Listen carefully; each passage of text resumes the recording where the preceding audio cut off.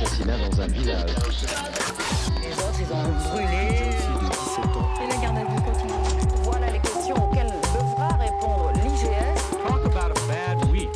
Pas de mobile, pas de suspect, aucune piste officiellement.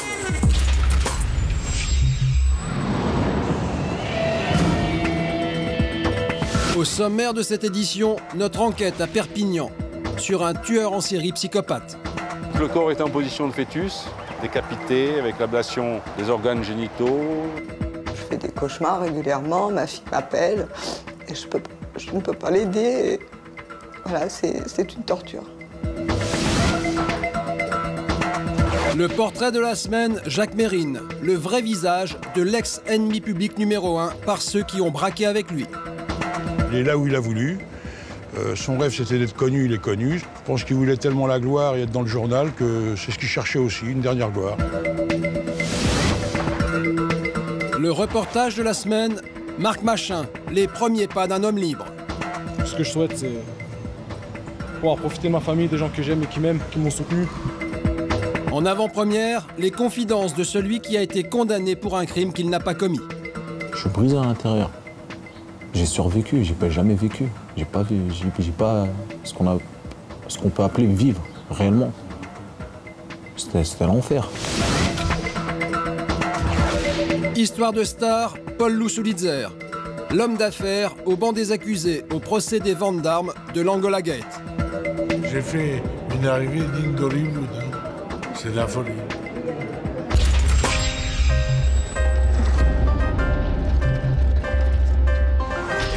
Mais d'abord, notre enquête sur un tueur en série psychopathe. Perpignan dans les Pyrénées-Orientales. Ici, l'ombre d'un tueur en série plane depuis 13 ans. 4 jeunes filles ont disparu mystérieusement dans la ville. Tatiana, Mokhtaria, Marie-Hélène et Fatima. Marie-Josée est la maman de Tatiana. Aujourd'hui, elle se rend chez son avocat depuis 13 ans. Elle continue de se battre pour que l'affaire ne soit pas classée et pour qu'on fasse la lumière sur la disparition de sa fille. Aujourd'hui, 13 ans après, le plus important pour moi, c'est que ça ne s'arrête jamais, que ça ne s'arrête pas tant qu'on n'aura pas eu de réponse. Il faut absolument que l'énigme soit résolue. Et c'est vrai qu'aujourd'hui, c'est le plus important que l'enquête se poursuive et qu'il n'y ait pas de prescription et qu'il n'y ait pas un non-lieu qui soit prononcé. Tatiana, c'est elle, en randonnée avec des amis. Une jeune fille de 17 ans, souriante, sportive et pleine de vie. Quelques semaines après cette promenade en forêt, elle disparaît. Depuis, personne n'a jamais eu aucune nouvelle d'elle. C'est une torture. Actuellement, on vit une torture au quotidien. On vit avec un fantôme, on vit avec l'espoir d'imaginer qu'elle est vivante. Mais on vit aussi avec des cauchemars. Je fais des cauchemars régulièrement, ma fille m'appelle et je ne peux pas l'aider. Voilà, c'est une torture. Moi, je le vis avec Madame Garcia. Elle ne souffre pas moins aujourd'hui qu'il y a 10 ans. Et je crains qu'elle ne souffre pas moins dans 5 ans si, comme elle le dit elle-même, on n'a pas de réponse aux questions qu'on se pose.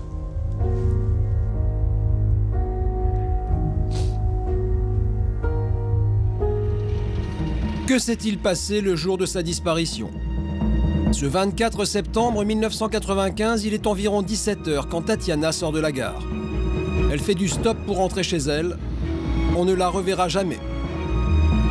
Pas de cadavre, pas de témoin, aucun indice. À l'époque, la police ouvre une enquête. C'est Guy Armand qui est chargé de l'affaire. À chaque fois que les parents avaient des renseignements, des informations, ils nous les communiquaient. À chaque fois, bien sûr, nous faisions des vérifications.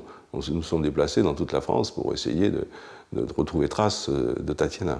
Alors à chaque fois, il fallait faire une enquête. Alors soit les renseignements étaient imprécis, bon, et ça ne donnait rien, soit ils étaient relativement précis, on retrouvait la personne qui avait été vue par un témoin, elle ressemblait plus ou moins à Tatiana, mais enfin ce n'était pas Tatiana. On est allé à Barcelone dans des réseaux de prostitution pour vérifier si ma fille n'y était pas. Je suis allée dans des rave parties pour voir si ma fille n'y était pas. Voilà, je crois qu'on a vécu tellement de choses terrible, on l'a imaginé dans tellement de situations, on a pensé tellement au pire que de toute façon, si aujourd'hui on me disait bon bah Tatiana est décédée, je crois que ce serait vraiment presque une libération. Tatiana est-elle morte ou a-t-elle disparu? On l'ignore encore. Mais un nouveau drame va se produire 2 ans plus tard. Une autre jeune femme disparaît. Elle s'appelle Mokhtaria Chaïb. Elle a 19 ans.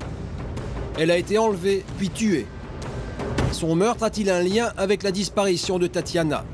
Coïncidence troublante, elle disparaît elle aussi dans le quartier de la Gare. Mokhtaria habitait dans la cité universitaire qui est dans le prolongement de la rue Courteline. Et ce soir-là, elle sortait de chez un ami qui habitait tout près de l'avenue de la Gare. Donc elle avait l'intention de rentrer chez elle à pied, c'est pas très loin, 800 mètres, 1 kilomètre. Au bout de cette rue, on retrouvera dans un terrain vague son cadavre. Le corps de Mokhtaria a été atrocement mutilé. Le tueur a découpé ses seins et ses parties génitales de façon chirurgicale. Guy Armand se souvient de cette découverte terrifiante. Donc cet endroit était un terrain vague avant. C'est là que le corps de Mokhtaria a été retrouvé par un voisin qui ouvrait sa fenêtre le matin. Le corps est exposé au milieu du terrain vague, jambes écartées. Donc vraisemblablement, le tueur s'est arrêté à cet endroit. Il a descendu le corps de Mokhtaria, l'a traîné par les chevilles jusqu'au milieu à peu près du terrain vague. Son corps était exsangue, était vidé de son sang. C'est bien le signe que le tueur voulait à tout prix ne laisser aucune trace, ni dans le corps de sa voiture, ni sur ses vêtements. Comme Tatiana, Mokhtaria était brune, souriante et sportive. Les enquêteurs commencent à faire le rapprochement entre les 2 affaires. Y a-t-il un tueur psychopathe dans le quartier de la Gare? En ville, ce crime barbare frappe les esprits. Corinne Saboureau, journaliste à l'Indépendant, évoque la psychose qui s'installe sur Perpignan. Dans Perpignan, les gens ne parlaient que de ça. Que des meurtres de la Gare, que du tueur de la Gare. Pas franchement des disparitions, en fait. Tout de suite, ça a été d'emblée le tueur de la Gare. Les enquêteurs ont listé, voire fiché 800 à 1000 pervers sexuels sur Perpignan. Et il y avait une telle psychose au sein de la population que de toute façon, ça rassurait déjà les riverains, les habitants. Mais l'enquête sur le meurtre de Mokhtaria piétine. Des suspects sont interpellés, mais aucune piste n'aboutit. Le tueur rôde toujours. 6 mois plus tard, la série macabre continue. Une 3e jeune fille disparaît. Elle s'appelle Marie-Hélène Gonzalez, elle a 22 ans. On retrouve son corps dans un terrain vague, au bord de l'autoroute. Le corps se trouvait là, dissimulé derrière sous des détritus, des branchages, un vieux tapis. Elle a été découverte parce qu'un témoin s'est arrêté pour satisfaire un besoin naturel. Et c'est là qu'il a vu ce tapis qui l'a intéressé, on va dire. Donc il a été soulever le tapis pour voir comment il était, et en dessous il a trouvé les restes du cadavre de Marie-Hélène. La scène du crime est à peine soutenable. Donc le corps est en position de fœtus, dénudé, décapité, avec l'ablation des organes génitaux, et complètement donc nu et exsangue aussi, aucune trace de sang, malgré la décapitation. Marie-Hélène ressemble aux 2 jeunes filles déjà disparues. Elle a le type méditerranéen, elle est très brune, sportive et gaie, telle qu'elle apparaît dans ce film de vacances. Un physique identique à Tatiana et Mokhtaria. Mais un autre élément trouble également les enquêteurs. Marie-Hélène avait l'habitude de faire du stop dans le quartier de la Gare, au même endroit que Tatiana. L'ombre d'un tueur en série plane sur la ville. L'angoisse grandit un peu plus à Perpignan. Les Perpignanais se sont méfiés. Ils se méfiaient presque du coup de leurs voisins, parce que tout le monde disait que en fait, ce tueur de la Gare pouvait être n'importe qui. Que ça pouvait être Monsieur Tout le Monde, que ça pouvait être le voisin de Monsieur Tout le Monde. Donc il y a eu cette psychose dans ce sens-là, où tout le monde disait c'est peut-être un tel, c'est peut-être une telle, c'est peut-être... La police poursuit son enquête, mais elle ne tient toujours pas de coupable. Alors des questions se posent. Existe-t-il un lien entre Tatiana, Mokhtaria et Marie-Hélène? Ces crimes sont-ils l'œuvre d'un seul assassin? Guy Armand en est persuadé. C'est le même homme qui a frappé, un pervers aux pulsions assassines. Je pense qu'en fait, nous avions affaire à un nécrophile. Et des coupes, notamment pelviennes et anales, qui sont rigoureusement, mais rigoureusement identiques sur les deux corps. Alors bien sûr que sur Mokhtaria, et j'allais dire le cadavre était frais, mais les découpes étaient très précises, très nettes, et que sur Marie-Hélène, elle était beaucoup moins. On sent que l'homme soit été pressé, s'est acharné, enfin, il n'y a pas le même processus. Mais ces découpes, au moins sur les parties génitales, sont identiques. Donc, si vous voulez, c'est un rapprochement, à mon avis, important. Mais la série noire ne s'arrête pas là. Une quatrième jeune fille disparaît. Elle s'appelle Fatima, elle a 23 ans.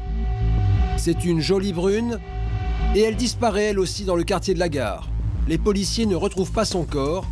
Guy Armand enquête, mais cette fois, il va tenir une piste. Et quelqu'un nous ramène un bout de papier où il y a le nom de Fatima Hidraoui. Et on regarde, c'est une fiche de paye de Fatima. La fiche de paye de Fatima est retrouvée sur un parking. Les enquêteurs se rendent sur place, ils interrogent les riverains, et là, ils recueillent un témoignage capital. Un commerçant a assisté à une scène de ménage dont il se souvient. Je me dis, mais attendez, je me souviens, il y a quelque temps de ça, parce que j'ai vu quelque chose de bizarre, une voiture avec des gens dedans. D'ailleurs, je crois même avoir pris leur numéro si je n'ai pas jeté le bout de papier. Donc, ils nous ressortent le papier avec l'immatriculation du véhicule. Grâce à cette immatriculation, la police retrouve le propriétaire de la voiture. Il s'appelle Marc Delpech. C'est cet homme au sourire jovial. Il a 32 ans. Patron de bar à Perpignan, il est père d'une petite fille. Un homme a priori au-dessus de tout soupçon. Quand on voit Marc Delpech comme ça, ou pour la première fois, on a l'impression que c'était, oui, un bon gros vieux nounours, tout rond, tout rigolard, tout gentil, qui ne ferait pas de mal à une mouche. Il est blagueur, il a un mot gentil pour tout le monde. Ah oui, il cache très très bien son jeu. Les policiers vont arrêter Marc Delpech. C'est Noël, il est chez ses beaux-parents. Et quand les enquêteurs de la PJ frappent à la porte de ses beaux-parents, immédiatement la porte s'ouvre, c'est le beau-père ou la belle-mère qui est là, et lui s'en va. Et le policier de la PJ, qui est le chef de l'équipe qui va l'interpeller, voit un gars un peu gros, avec un maillot de rugbyman, se faufiler dans le couloir. Et tout de suite, il s'engouffre et il va le chercher. Et il va le chercher, il l'amène à part, dans une pièce à part, pour que les beaux-parents ne soient pas devant, pour pas que sa femme soit là non plus. Et il lui dit, mais qu'est-ce que tu as fait ? Et là, il lui dit, il s'effondre, Delpech, et il lui dit, oui, mais je l'ai tué. Delpech indique même aux enquêteurs qu'il a jeté le corps de Fatima à la mer. Les recherches s'organisent, mais bizarrement, les policiers ne trouvent rien. Le corps de Fatima est découvert quelques jours plus tard, non pas dans la mer, mais dans un étang. Donc c'est par là que le cadavre de Fatima a été découvert, par un promeneur. Il avait été enterré, le cadavre a été enterré dans 50 cm de sable, dans l'eau. Comme il y avait eu une mini-tempête, beaucoup de vent, ça avait remonté le sable, le cadavre était remonté à la surface. Et donc un promeneur nous a avisés. Et on a retrouvé le corps dans la position du fœtus. J'oserais une comparaison parce que c'était dans cette position qu'était également Marie-Hélène. Pourquoi Marc Delpech a-t-il dit avoir jeté le cadavre de Fatima à la mer alors qu'il l'a enterré au bord d'un étang? Mystère. Mais ce n'est pas son seul mensonge. Il s'invente une liaison avec la victime. Or, tous les amis de la jeune fille sont formels, elle ne le connaissait pas avant le drame. Les policiers comprennent alors qu'ils ont affaire à un manipulateur. Pour tout le monde, la question se pose, Delpech est-il l'auteur des autres crimes? C'est un personnage qui, interrogé par les experts psychiatres, va dire aux experts psychiatres « Le juge me soupçonne d'avoir tué d'autres jeunes filles. Je me demande si je n'en suis pas capable. » C'est une interrogation qu'on ne se pose pas quand on est innocent. Il laisse planer lui-même le doute suivant lequel il aurait pu commettre d'autres méfaits et d'autres crimes. Des doutes, mais aucune preuve matérielle ne permettent d'affirmer que Delpech est l'assassin des autres jeunes filles. Au cours de leur perquisition, les policiers découvrent pourtant des éléments troublants. Nous avons trouvé quand même des coupures de journaux découpées de l'affaire Tatiana, de l'affaire Mokhtaria, Marie-Hélène, mais également d'autres faits divers. Donc on ne pouvait en tirer aucune conclusion. Marc Delpech est fasciné par le crime. Mais ce n'est pas tout. Sur son ordinateur, la police découvre un roman policier qu'il est en train d'écrire. Le chapitre 2 s'intitule « Tatiana ». Tatiana, la première jeune fille disparue de Perpignan. L'auteur parlait à la première personne. Le héros décrit la scène comme ceci. Je descends l'avenue de la Gare, je prends à droite rue Courteline. Et là, j'aperçois sur le côté de droite une jeune fille qui marche allégrément. Je jette un coup d'œil dans le rétroviseur, personne. Je regarde devant, personne. Je décide de m'arrêter. Je baisse la vitre, elle se penche à ma portière avec un grand sourire. Elle me dit qu'elle veut aller à Thuir, je la fais monter. Et là, nous démarrons. Nous commençons à discuter et je m'engage route de Thuir. Le chapitre s'arrête là. Je suis certain que Tatiana, sa disparition s'est passée comme ça. En juin 2006, Marc Delpech est condamné à 30 ans de prison pour le meurtre de Fatima. Est-il le tueur en série qui a semé la psychose dans la ville? Ou y a-t-il d'autres assassins?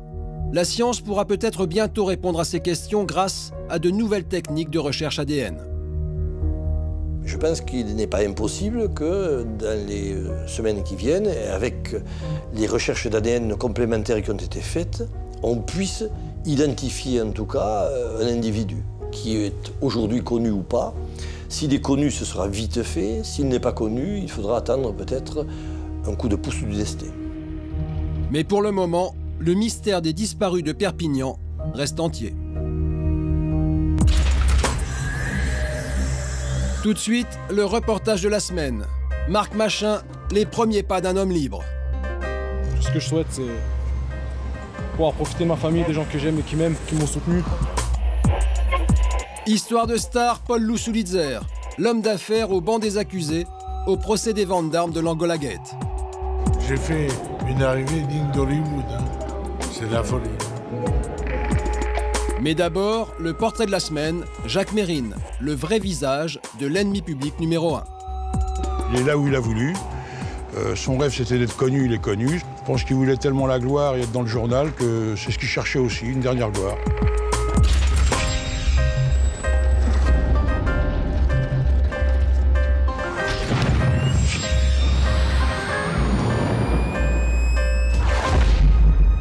Des rafales de mitraillettes partent de l'arrière de la première camionnette.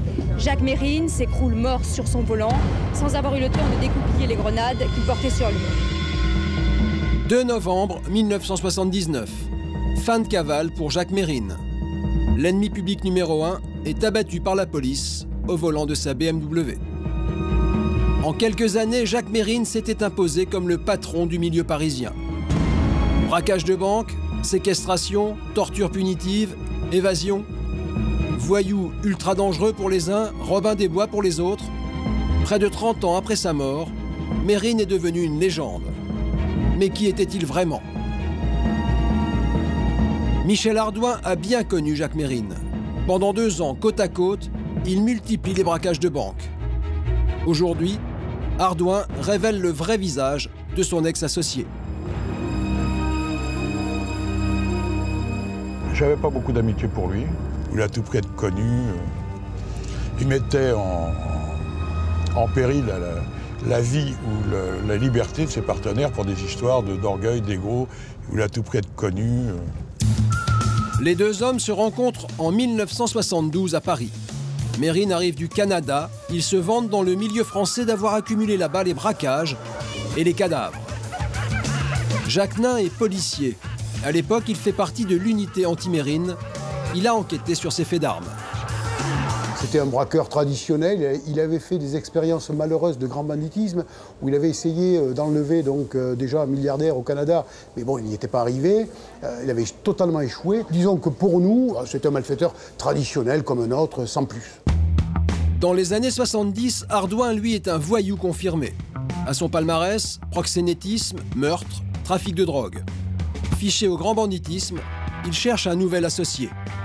Ça m'intéressait de travailler avec lui parce que, d'abord, comme il était flambeur, je savais qu'il travaillait beaucoup plus que les autres. Et que moi, ce que je voulais, c'était requitter la France et remonter assez d'argent très vite pour partir. Donc pour moi, au début, c'était une association qui devait durer 2 mois, 2 ou 3 mois, le temps que je remonte au capital dont j'avais besoin pour partir. Et ça a duré presque 2 ans. Dans l'action, les deux hommes se complètent parfaitement. Il avait ce qu'on appelle quelquefois l'œil américain. Sur le braquage, quand il disait « faut partir à droite », il avait toujours raison. Il avait un esprit de décision sans parade. On n'a jamais pris d'otages. On n'a jamais fait de mal à des particuliers. On peut dire, je ne sais pas s'il était meilleur que moi, j'étais beaucoup plus calme que lui. Mais je pense qu'il était très bon. Mais c'était sa seule qualité, parce que dans la vie, il était impossible d'orgueil, de conneries, de machin, de trucs. En mars 73, Mérine se fait arrêter par la police. Hardouin jure de le faire évader. Code d'honneur, non, c'était une pulsion, quoi. C'était normal, c'était mon partenaire, on avait un engagement. Le premier qui arrive attend l'autre, et c'est ce qui s'est passé. L'évasion a lieu ici, au palais de justice de Compiègne. Mérine comparaît, Hardouin cache un revolver dans les toilettes du tribunal. Mérine s'en saisit et sort du palais, l'arme à la main. Hardouin l'attend quelques mètres plus loin dans une voiture. Mérine, il sort du palais de justice en courant. Il avait pris quelqu'un en otage, mais il l'a largué tout de suite. Une fois qu'il y a eu la fusillade, il y avait quand même 17 gendarmes qui l'ont tiré dessus. Et lui aussi, il s'est un petit peu retourné, mais enfin, il n'a pas tiré pour tuer. Mérine ne tirait toujours qu'à ras du sol. Il avait peur de la peine de mort. Et il court. Les gendarmes lui ont mis une balle qui a traversé un petit peu le branceton. Lui, il s'est retourné une fois ou deux, tiré par terre, et il est arrivé ici. Et là, en montant dans la voiture, il est ressorti parce que le gendarme allait l'allumer. Et il a mis une balle dans l'épaule. Et on est parti par là, en voiture. On a pris à droite, sur le Mail. Et après, on a pris la route de Saint-Jean-au-Bois. Une nouvelle cavale commence pour Mérine. Dans la voiture qui les mène à Paris, Hardouin annonce à son partenaire que leur association s'arrête là. Je décroche de Compiègne, je lui parle de séparation. Je lui ai préparé une arme. C'est chez Robert Burns, qui est un tabac américain de merde, et une petite somme de 3000 francs. Et je lui dis, arrivé à Paris, je te laisse où tu veux et tu fais ta vie. Chaque fois, il risquait de ramener la police à la maison. Chaque fois, il y avait un problème. Donc ça, je m'en suis expliqué avec lui dans la voiture au retour. Mais ce que je reconnais, c'est son charisme. Effectivement, on avait besoin l'un de l'autre, parce qu'on se complétait très bien sur les affaires. Il a réussi à me rembiner avant qu'on arrive à Paris. Et j'ai refait un essai avec lui. Les deux hommes remontent au braquage dans le 18e arrondissement de Paris. Mérine amène avec lui un complice, surnommé le plombier. Hardouin n'a aucune confiance dans ce nouvel associé. Mais Mérine n'en fait qu'à sa tête. On arrive jusqu'ici. Et là, j'ai dit, attends, il y a les travaux, il y a le marché, mais c'est de la folie, là. Et il rentre. Je l'appelle, il ne faut pas la faire celle-là, il rentre. Et c'est la première fois que je vois mon Mérine en train de mal parler au directeur, énervé. Il a toujours été d'un calme sur les bancs magnifiques, d'une politesse et d'une courtoisie. À une époque, on nous avait appelé les gentlemen des bancs. Il est agressif, haineux, j'ai jamais vu comme ça. Et dès qu'on est à l'intérieur, on s'aperçoit que le quart de police, mais pas la PS, la police d'intervention, ils ont déjà arrêté le chauffeur. C'est pas du tout professionnel, qui n'a rien compris. On est obligé de partir à pied, on n'a plus de voiture. Et c'est dans le bas de la rue, là-bas, que j'ai sorti un mec de sa voiture. On est parti, on a pris une vingtaine d'impacts dans la voiture. Et après, on a largué la voiture. On est parti à pied jusqu'au métro Stalingrad, je crois, je ne sais plus quel métro. Et c'est là où je dis à Mérine, je vais envoyer quelqu'un chercher ta nouvelle fiancée, ton argent et tes armes chez toi. Il m'a dit, non, non, je rentre. Je dis, mais ton plombier, il va se mettre à table. Il a dit, un homme qui a travaillé avec Mérine ne se met pas à table. J'étais trop con, vraiment, j'en ai plein les couilles de toi. Je suis descendu à la prochaine station et je ne l'ai plus jamais revu, à part en prison. Et comme prévu, le plombier se met à table. En quelques jours, la police arrête Hardouin et Mérine. Ils ne se reverront que 4 ans plus tard, en mai 77, lors de leur procès aux assises. Maître Pelletier était l'avocat de Mérine. La légende a pris naissance au procès. J'ai le souvenir que, finalement, en tout cas, vis-à-vis de la presse, il a été la vedette. Oui, alors là, je reconnais les choses, parce qu'on pense que je crache dans la soupe ou que je taille mon ancien partenaire. Toute la publicité qu'il a faite autour de lui nous a permis d'avoir 3 semaines d'assises et pas passer à la sauvette. Et 3 semaines d'assises, ça vous permet de séduire un jury. J'avais le temps de montrer que vous n'êtes pas une bête fauve, mais un être humain. La première semaine, les jurys nous regardaient comme des fauves. La deuxième, ils souriaient un peu quand je me battais un peu avec le procureur, enfin l'avocat général. Et la 3e semaine, ils nous saluaient tous les soirs en partant à demain. Il s'est battu comme un lion pendant les assises. Et ça, je reconnais que sans lui, on aurait pris 20 ans et perpète. Mérine est incarcéré à la prison de la Santé. Il n'y restera qu'1 an. En mai 78, il signe une nouvelle évasion. Et lorsque j'ai appris par un flash l'évasion, ben ça lui ressemblait vraiment. Voilà, ça ne m'a pas tellement surpris. Jacques Mérine devient alors l'homme aux 2 visages. Aux yeux de l'opinion publique, c'est un voyou au grand cœur. Je crois qu'il a drainé une espèce de sympathie, il est devenu une sorte de Robin des Bois. Mais pour les policiers, c'est un voyou comme les autres. C'est pas pour distribuer son argent, c'est pas pour distribuer l'argent de ses méfaits, c'est pour en profiter tout simplement. Je veux dire, bon, il roule pas en 2 chevaux, il roule en BMW, il offre pas des bijoux de pacotille à Sylvia Jean-Jacques, il offre des bijoux aux valeurs inconsidérées. Donc, quelque part, c'est un drôle d'anarchiste, quoi, qui se complaît quand même dans le confort. Pour la police, il devient l'ennemi public numéro 1. Pendant 1 an et demi, Jacques Mérine multiplie les actions médiatiques violentes. Il enlève le juge Petit, il séquestre un milliardaire et demande une rançon, il torture le journaliste Jacques Tillier, qu'il laisse pour mort. Un homme du milieu traditionnel ne fait pas des choses comme ça. Le journaliste, il fait son boulot. On peut dire c'est un sale con, il n'est pas honnête. On ne va pas s'occuper de ces gens-là, on a notre vie à nous. C'est nous les prédateurs. C'est nous les prédateurs. On n'attaque pas un magistrat. Attendez, un président d'assises, c'est quelqu'un. Même s'il n'a pas été gentil avec nous, c'est pas son métier, il a fait l'école de Bordeaux, c'est répressif. On ne peut pas en vouloir à un magistrat de vous condamner. Il y en a qui sont un petit peu plus cool que d'autres, d'autres qui sont un peu plus répressifs. On ne va pas chez un magistrat gazer une petite fille de 6 ans pour montrer quoi? C'est là où on ne comprenait plus le mécanisme de Mérine. Si on se met à faire comme les chiens fous et aller attaquer tous les gens qui ne sont pas d'accord avec nous, alors que c'est nous qui ne sommes pas d'accord avec la société, c'est nous qui méritons quelquefois une sanction ou quelque chose comme ça. Non, je suis absolument pas d'accord du tout. 2 novembre 1979. 1 an et demi après son évasion, la police localise enfin sa planque au 37 rue Béliard, dans le 18e arrondissement de Paris. C'est ici qu'il habite avec Sylvia Jean-Jacques. Ce jour-là, Jacques Nain fait partie du dispositif chargé d'arrêter l'ennemi public numéro 1. Je prends position dans la voiture et effectivement, ma mission consiste à essayer de voir si Mesrine sort et vient par là à pied. Voilà Mesrine qui se rapproche de moi, c'est-à-dire qu'en définitive, il est sorti, il traverse dans ma direction et il vient par ce trottoir, il vient vers moi. Et je vois le couple au travers du rétroviseur, ce n'est que par là que je le vois. Je ne vous cache pas que là, l'émotion est intense, c'est-à-dire que... Vous avez vu la trouille ? Oh, j'ai une trouille, vous ne pouvez pas savoir, personne ne peut savoir. Quelques minutes plus tard, Mérine sort du garage juste à côté, au volant d'une BMW. Il était tellement bon que finalement, à 2 mètres d'un poulet, il n'est pas capable de le voir. Mérine et sa compagne roulent vers la porte de Clignancourt. Jacques Nain donne l'alerte. Un camion bâché arrive à la hauteur de l'ennemi public numéro 1. Le camion est arrêté, la voiture est arrêtée derrière le camion. L'instant fatal, c'est de lever effectivement les bâches. Donc les 3 collègues lèvent la bâche, mettent en joue les gens qui sont dans la voiture. Effectivement, Mesrine ne souhaite pas se rendre et que quelque part, il a des grenades sur le bas-côté de sa voiture, il a sa sacoche. Et donc, inévitablement, au bout de 3-4 secondes, les collègues font feu.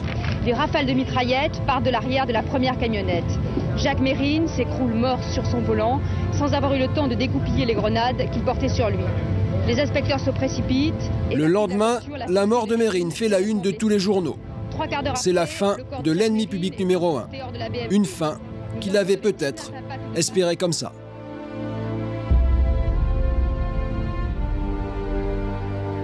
Là, je pense qu'il a voulu mourir, je pense que c'était un suicide programmé. Je pense que quelque part, on a été les instruments de ce suicide. Et que quelque part, il nous avait provoqué, oui, il ne voulait pas retourner à la Santé ni à Fleury.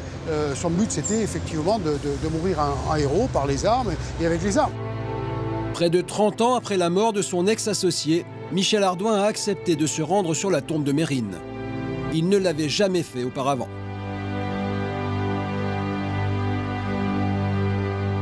Eh ben, dis donc, mon pote, tu sors pas du commun, là. Hein, c'est une tombe de pauvre. Oui, je suis sur la tombe de Mérine. C'est la première fois que je viens depuis qu'il est là. Ça évoque rien pour moi, parce que j'ai eu... je crois que dans mon domaine, il y a 30% des gens qui sont morts ou qui ont été tués. Il y en a 30% qui terminent au RMI. 30% qui, jusqu'à 82 ans, vont être en prison. Et puis 10% qui vivent encore un petit peu ou un peu mieux que les autres. Il est là où il a voulu. Son rêve, c'était d'être connu, il est connu. Je pense qu'il voulait tellement la gloire et être dans le journal que c'est ce qu'il cherchait aussi, une dernière gloire. Une gloire qui, pour Michel Ardouin, n'a rien de valeureux.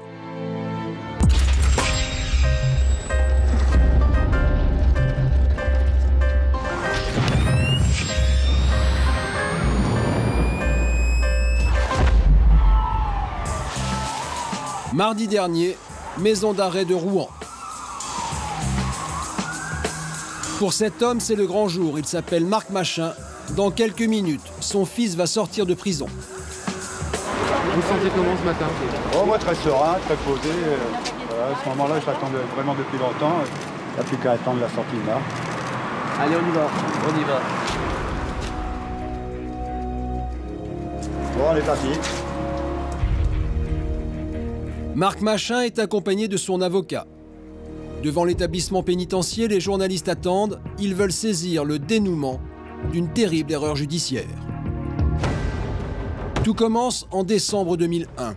Une femme de 45 ans, Marie-Agnès Bedeau, est retrouvée assassinée sur les escaliers du pont de Neuilly. Moins de 10 jours plus tard, Marc Machin est interpellé. Placé en garde à vue, il avoue. Quelques jours plus tard, il se rétracte, mais c'est trop tard. Pour la justice, ses aveux ont scellé son sort. Il est condamné à 18 ans de prison. Au mois de mars dernier, coup de théâtre. Un certain David Sagnaud se présente au commissariat de la Défense à Paris. Il s'accuse du meurtre de Marie-Agnès Bedeau. La justice prend son témoignage au sérieux et saisit la commission de révision pour de nouvelles investigations. Marc Machin a bien été victime d'une erreur judiciaire. C'est Sagnaud qui a tué Marie-Agnès Bedeau. L'ADN trouvé sous les ongles de la victime en est la preuve. Marc Machin peut sortir de prison. Mardi matin, 9h40. Marc Machin fait ses premiers pas d'homme libre.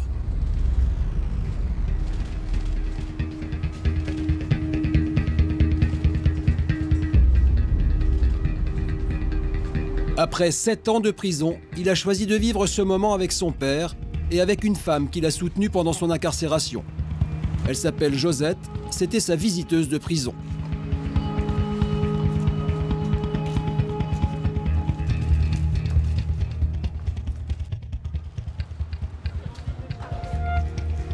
Merci, Niva. Yes, merci. Depuis le premier jour, son père a toujours cru à son innocence.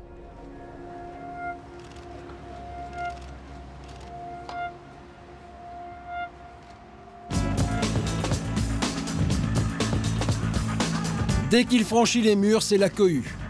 Les journalistes veulent recueillir ses premières impressions d'homme libre. On va reculer un peu, on va reculer un peu. J'espérais qu'un jour la vérité elle triompherait du mensonge. C'est un grand pas qui est fait. Et donc, disons que je suis soulagé, un peu plus serein. Donc voilà, là maintenant, tout ce que je souhaite, c'est pouvoir profiter de ma famille, des gens que j'aime et qui m'aiment, qui m'ont soutenu, tout simplement. Hello, au revoir, au revoir. Au revoir.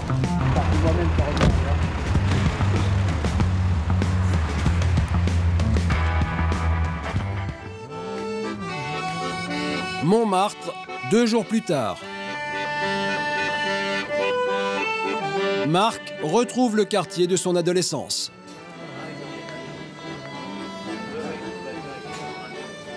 Ah, en plus, le soleil est magnifique, là, franchement, c'est... Ça fait du bien. Ça faisait 2 jours, là, je l'attendais, ce beau soleil. Aujourd'hui, il redécouvre les plaisirs simples.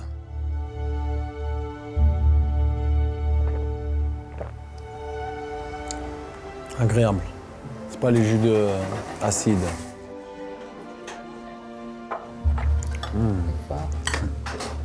Ça va? Un vrai régal. Le père et le fils ne se quittent plus. La famille, c'est ce qui a le plus manqué à Marc, derrière les barreaux. Je repensais quand j'étais petit, dans le midi, à Marseillan, en famille, dans la bonne humeur. Ouais, c'est douloureux. Ça fait très mal au cœur. Et au cerveau aussi. C'est plus facile à dire qu'à faire. Hein. On me dit, ah, n'y pense pas, mais... On ne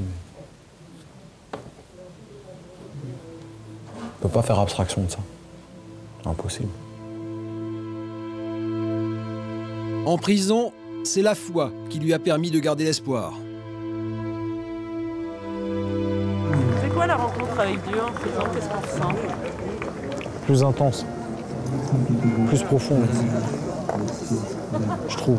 T'es jaloux là, hein? Parce qu'on est au plus bas du désespoir et donc et d'un un petit peu de la déchéance humaine aussi. Mais comment reconstruire sa vie après 7 années passées en prison pour un crime qu'on n'a pas commis? Aujourd'hui, je sors, certes avec des séquelles, c'est le cas de le dire. Je suis brisé à l'intérieur. J'ai survécu, j'ai jamais vécu. J'ai pas ce qu'on peut appeler vivre, réellement. C'était l'enfer. On l'a vraiment entraîné dans plus bas que terre. On a tellement de choses à dire là-dessus. On a tous souffert. Une souffrance que Marc, père et fils, partagent avec la famille de la victime, Marie-Agnès Bedeau. Ça me fait mal au cœur, ça aussi, cette histoire. Hein. Je suis pas insensible à ça. Hein. Par rapport à mon histoire, le fait d'avoir perdu ma mère et ma grand-mère, des meurtres de femmes, je le prends mal, je l'ai mal vécu. C'est pour ça que je me suis rebellé et rebiffé en prison. C'est une femme que j'ai jamais connue, malheureusement, sauf par le biais de cette affaire. Mais c'est une femme que je n'oublierai jamais, et la famille non plus.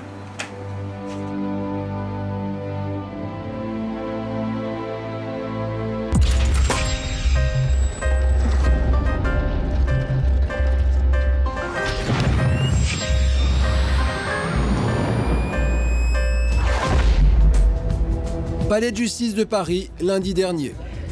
Le procès le plus médiatique de l'année, l'Angola Gate. Tout le bottin mondain s'est donné rendez-vous. Jean-Christophe Mitterrand, Charles Pasqua, au total 42 prévenus, hommes d'affaires, politiques, intellectuels. Parmi eux, Paul Lousulitzer. Je suis serein, parce que j'ai commis aucun délit en dehors de faire mon métier et d'avoir touché de l'argent que j'aurais pas dû toucher, pour lequel j'ai été payé et pour lequel j'ai déjà été condamné. De l'argent, 195 000 € précisément, que Paul Lousulitzer reconnaît avoir empoché dans cette histoire de vente d'armes. Sa mission dans cette affaire, user de ses bonnes relations dans les médias pour obtenir des articles à la gloire de Falcon et Guédamac, les deux principaux accusés. Comment Sulitzer en est-il arrivé là? Retour sur la vie flamboyante d'un ancien Golden Boy. Ah, j'étais flamboyant, ça c'est... Bernard Tapie disait j'étais un flamboyant. Il a raison. Chef d'entreprise dès l'âge de 16 ans, Sulitzer invente dans la France des années 60 la mode du porte-clés, puis du gadget siglé. Fortune faite, il se rêve écrivain et enchaîne des années durant les romans à succès. Monnaie, cash, fortune, des histoires d'argent facile et de luxe. À l'aube des années 80, Sulitzer est un homme riche, un tycoon, comme on dit à l'époque. J'ai eu 40 ans de bonheur, des femmes magnifiques, beaucoup d'argent, toutes les voitures de rêve. À l'époque, Paul Lousulitzer est un homme très entouré. C'est l'ami des stars.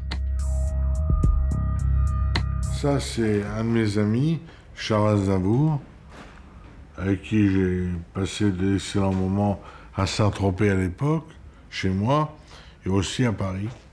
Ça, c'est Elisabeth Taylor, lors d'un rendez-vous. Alors ça, c'est Shimon Peres, président d'Israël, avec qui je serre la main. C'est un grand bonhomme. Sulitzer possède alors un des plus beaux carnets d'adresses du tout Paris.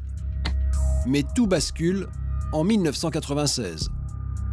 Sulitzer rencontre un homme d'affaires russe, un certain Arkady Guedamak.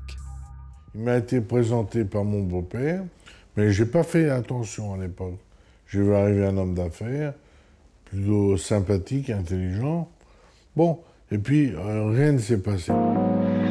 Mais Guedamak n'a pas dit son dernier mot. Il veut s'implanter en France, il a besoin de rencontrer le Gotha parisien. Le carnet d'adresses de Sulitzer l'intéresse. Puis après, je suis parti en vacances à l'île Maurice, avec mes beaux-parents et ma femme à l'époque, et les Guedamak se trouvaient là. Et on a commencé à sympathiser. Et après, M. Guedamak m'a demandé de m'occuper de son image, du lobbying, de tous les produits industriels qu'il allait lancer avec M. Falcon, et de m'occuper des relations publiques de ce monsieur. Ce que j'ai fait. J'ai présenté un acteur connu à M. Falcon à l'époque. Je ne crois pas que c'est un délit, ou alors il faut mettre en prison tout le 8e arrondissement qui passe son temps à déjeuner à midi et à présenter les uns aux autres. Pour ce travail de relations publiques, Sulitzer touche un joli pactole, 195 000 € en cash, versé par Falcon et Guedamak. Une somme qu'il dissimule au fisc. J'ai fait un seul délit. C'est un délit fiscal pour lequel j'ai payé une amende, pour lequel j'ai été condamné. Voilà, ça, je reconnais l'avoir commis. Évidemment, je n'avais pas déclaré de l'argent, alors que dans tous les journaux, on parlait de trafic d'armes. Cette affaire va précipiter sa chute. La vente d'armes est mise à jour par un juge d'instruction, Philippe Courroy. Les journaux s'emparent de l'affaire, le scandale éclate et la vie de Sulitzer bascule. Entre mon divorce et l'affaire Falcon, les deux réunis, aidant d'ailleurs l'autre, j'ai été rasé. Sulitzer se dit ruiné. Un drame en entraîne un autre. En novembre 2003, il fait une attaque cérébrale. Un matin, il est retrouvé mourant dans son appartement par sa compagne de l'époque, Eva Kovalevska. Il passera plusieurs mois à l'hôpital et en sortira physiquement diminué. J'ai eu une attaque qui est due au stress. Le stress de l'affaire Falcon a été colossal. Et d'après M. Condiotti, qui est médecin traitant, c'est ce stress qui m'a amené à péter un câble. Voilà. Après 8 ans d'enquête, Sulitzer se dit aujourd'hui impatient d'être jugé. Il veut en finir avec cette affaire. Je suis assez content que ce procès arrive, parce que je vais enfin pouvoir m'exprimer. Bon, voilà, c'est tout ce que j'ai à dire. Je ne suis pas l'élément essentiel du procès, même si je suis médiatiquement considéré comme un des éléments du procès. Un procès qui va durer 5 mois et pendant lequel Sulitzer a bien l'intention de briller. Ses amis et ses avocats autour de lui, l'homme d'affaires fait une entrée remarquée au palais de justice. Sulitzer retrouve les projecteurs et il aime ça. J'ai fait une arrivée digne d'Hollywood. Ah oui, on a vu ça. C'est la folie. C'est extraordinaire. C'est la folie. Paul-Loup Sulitzer risque 5 ans de prison et 375 000 € d'amende pour recel de biens. Jugement prévu en mars prochain. La semaine prochaine, dans Fait divers le Mag, avec les policiers de la brigade ferroviaire dans le sud de la France. Ticket. Passeport. Non. Il n'y a pas de ticket de train, il n'y a rien. Là. Guillaume est pompier. À 22 ans, il vient d'intégrer la caserne Champéret dans le 17e arrondissement de Paris. Agression, coup de couteau, tentative de suicide. Son quotidien, la violence urbaine. C'est les pompiers ?